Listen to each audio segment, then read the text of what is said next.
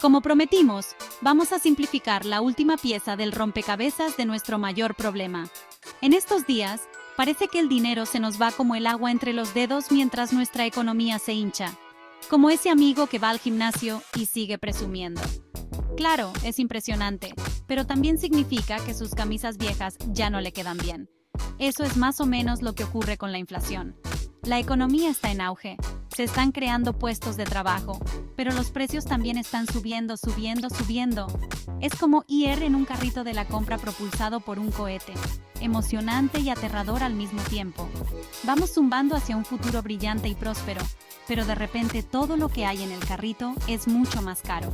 Esta expansión económica, aunque fantástica para el GDP y para presumir, está suponiendo un gran peso para la mayoría de nuestra población.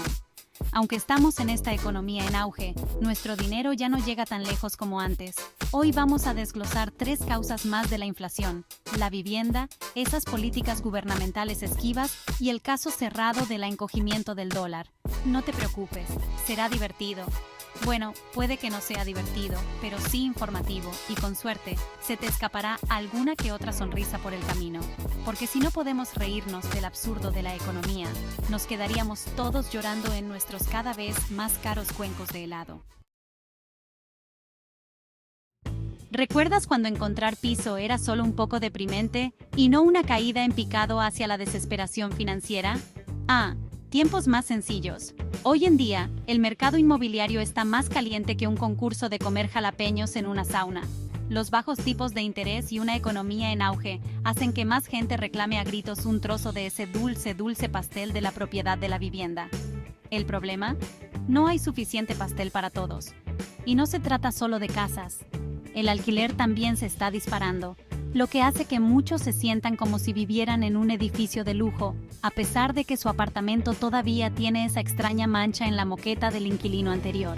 Es para querer irse a vivir a una furgoneta junto al río, pero entonces recuerdas que ahora también son caras. Entonces, ¿cuál es la solución?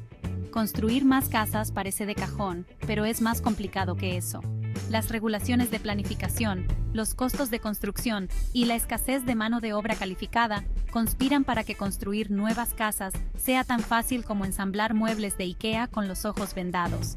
No es imposible, pero sin duda va a llevar tiempo, esfuerzo y mucha paciencia. Para muchas familias, el aumento de los costes de la vivienda significa tener que tomar decisiones difíciles. Recortar gastos esenciales como la comida y la atención sanitaria para poder pagar el alquiler. Según estadísticas recientes, el hogar estadounidense medio destina ahora más del 30% de sus ingresos a la vivienda, un aumento significativo con respecto a décadas anteriores. Las ejecuciones hipotecarias y los desahucios son cada vez más frecuentes, lo que obliga a las familias a desarraigarse y buscar condiciones de vida más asequibles. Las familias monoparentales y las de bajos ingresos son las más afectadas, y a menudo tienen que trabajar en varios empleos para poder seguir teniendo un techo. Las comunidades se están uniendo para debatir soluciones, desde iniciativas de vivienda asequible hasta medidas de control de alquileres. Aunque el camino que tenemos por delante es difícil, hay esperanza. Con un esfuerzo concertado y políticas inteligentes, podemos hacer que la vivienda sea más asequible para todos. Bueno, ahora que entendemos eso, vamos a centrar nuestra atención en el gobierno, esos benevolentes señores de la política económica. En lo que respecta a la inflación, el gobierno es como un tío bien intencionado, pero ligeramente achispado en una boda. Tiene buenas intenciones, pero sus actos a veces pueden tener consecuencias imprevisibles.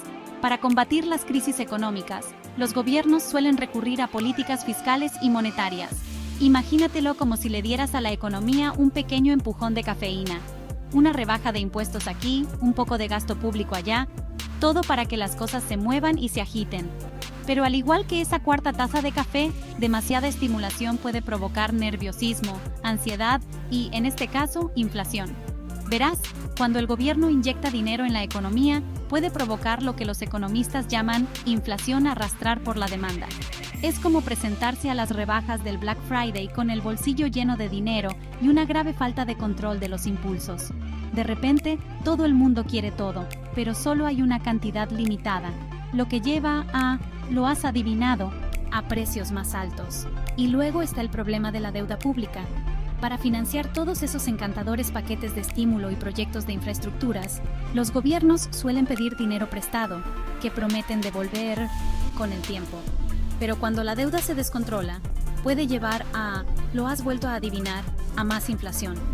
Verás, imprimir más dinero para pagar las deudas puede parecer una buena idea en su momento, pero también puede disminuir el valor de la moneda, lo que lleva a, díganlo conmigo, a precios más altos. Tomemos como ejemplo Zimbabue. A finales de la década de 2000, el gobierno imprimió cantidades excesivas de dinero para pagar deudas, lo que provocó una hiperinflación en la que los precios se duplicaban casi a diario. En Estados Unidos, la deuda nacional ha superado los 28 billones de dólares en 2021. Esta enorme carga de deuda puede ejercer presión sobre la economía y potencialmente llevar a la inflación si no se gestiona adecuadamente. La Reserva Federal desempeña un papel crucial en la gestión de esta deuda mediante el ajuste de los tipos de interés y el control de la oferta monetaria.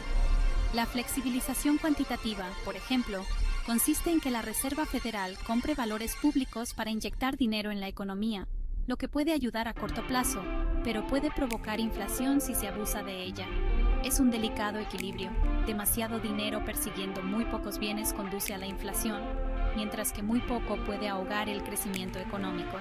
Los economistas siguen debatiendo cuáles son las mejores formas de gestionar la deuda nacional y la oferta monetaria para garantizar una economía estable y en crecimiento. ¿Podemos realmente esperar una economía estable? ¿Qué opinas tú?